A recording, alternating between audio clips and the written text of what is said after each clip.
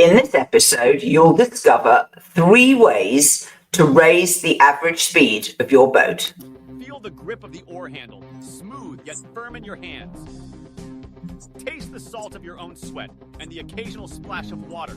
It's all part of the journey. Welcome to another episode of Faster Masters Rowing Radio. Each week, our host, Masters rowing coach Rebecca Caro, dives deep into the world of Masters rowing. Whether you're on the water or in the gym, join us to become a faster master. Let's go rowing. Hello, everybody, and welcome back to the Faster Masters Rowing Podcast.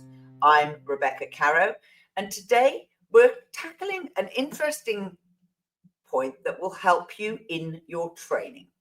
Can you raise the average speed of your boat?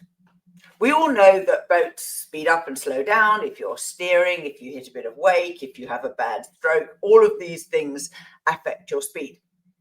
But the average speed, obviously, is the net of how fast you accelerate the boat in the power phase and how much it slows down in the recovery phase.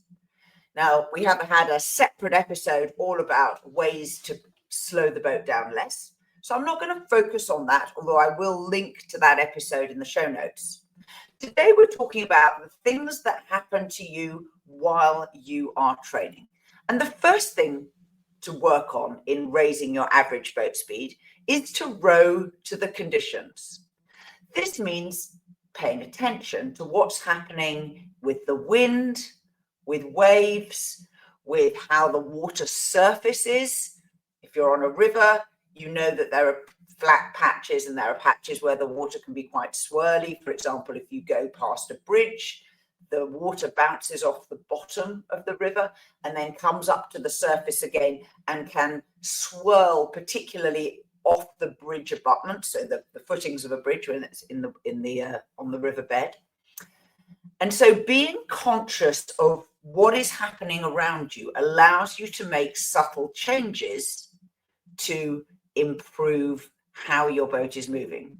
Here's an example. Say you're rowing in a headwind. Where you start rowing, say you're just doing a 1K course, the headwind will make the waves highest at the start because the 1 kilometer distance has allowed the waves to progressively build up. And And as you get closer to the finish of your 1K, those waves will be lower. So as an example, you may know that with large waves, you can't rate high. You can't rate so high, particularly in a headwind, but you might find that your blade work is compromised by your ability to keep your oars above the top of the waves, to make sure that particularly if the waves are coming not square onto your boat as a direct head, but maybe as a cross head, that creates a little bit of instability. So you may choose to start rowing at a lower stroke rate than you finish rowing. Now, if you're rowing to the conditions, as you notice the wave height reducing, that's your moment to push on and try and maybe take the rate up a half point. And that can work whether you're doing a steady row at rate 18 to 20. It can also, when you're doing piecework, at higher rates. So change your rate or change the ratio. So your speed through the water as a ratio to your time on the slide.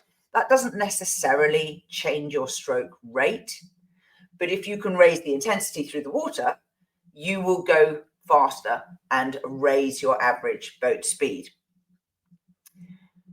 Secondly, don't make any huge moves. If you do a gigantic, massive push that isn't your final sprint for the line, the chances are you will have a gigantic, massive slump afterwards.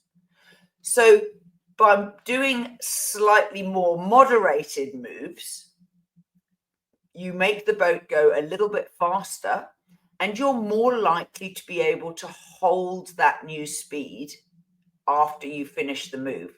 One of the things you will notice or will recall perhaps from your early years of rowing, you do a big push 10 and then the boat speed would really drop off, or the balance would drop off after you finished the 10. Now, that's not going to help your average boat speed.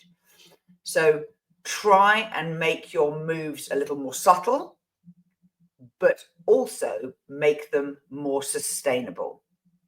I had a coach who used to describe your energy as oranges. You've only got a certain number of oranges to squeeze this outing, this practice, this race. So if you squeeze them all early on, you won't have any oranges left later on. So that's about pace judgment, of course, and managing your own supplies of energy.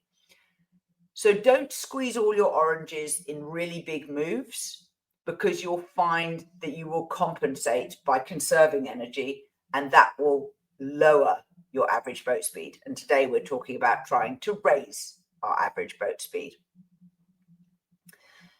The last thing is to avoid rowing in dirty water. That's a phrase I use to mean disturbed water, water that has been, for example, the puddle of a crew that's in front of you. You know that you make a puddle in the water when your oar releases, but it takes time for that puddle to dissipate. When the water block is not a solid unit because it's been churned up by someone else's oar, it makes the water unstable. And that makes it hard for you to grip the oar into the water and to get a solid lock between the face of the oar and the water block. So this affects the boat run as well, and it also affects your ability to put energy into pushing the boat forwards because the grip is less obvious. Now, if you are rowing around other crews who are in front of you, avoid rowing in their dirty water by putting their puddles under your riggers. There's plenty of room between the hull of the boat and the tip of the blade. Doesn't matter if it's sweep or sculling. But if you can put their puddles under your riggers or under your pin, you will know that that disturbed water will neither affect the run of the hull nor where you're placing your oar into the water. Now, that's perfect for straight line courses. If you're a coxswain, that's what you should be aiming to do. One time where it's really hard to avoid rowing in dirty water is if you're in an 8 and you have an unconventional rig, so that you don't have alternating bow and stroke side, port and starboard down the boat. If you have 2 people on the same side, you may end up with bow seat, so number 1 seat, with their rigger on the same side as stroke seat. And unless you're a really strong men's 8, that almost inevitably means that stroke will be putting their oar into the water where it's already been disturbed. So that's a consideration for coaches when you're thinking about how to rig an 8 optimally for the crew that you've got and who to put in which seat. So raising your average boat speed, something you can practice right away, tomorrow, today, in your next practice. Go see what you can do. And till next time, join our newsletter list and receive a weekly update along with thousands of other masters on a range of different topics. You can unsubscribe, of course, at any time. Next week. We are part of the RowingChat podcast network. Please tell your fellow rowers about the show. If you've learned just one helpful thing from today's episode, please consider supporting the show for as little as $1 per month by visiting fastermastersrowing.com/podcast.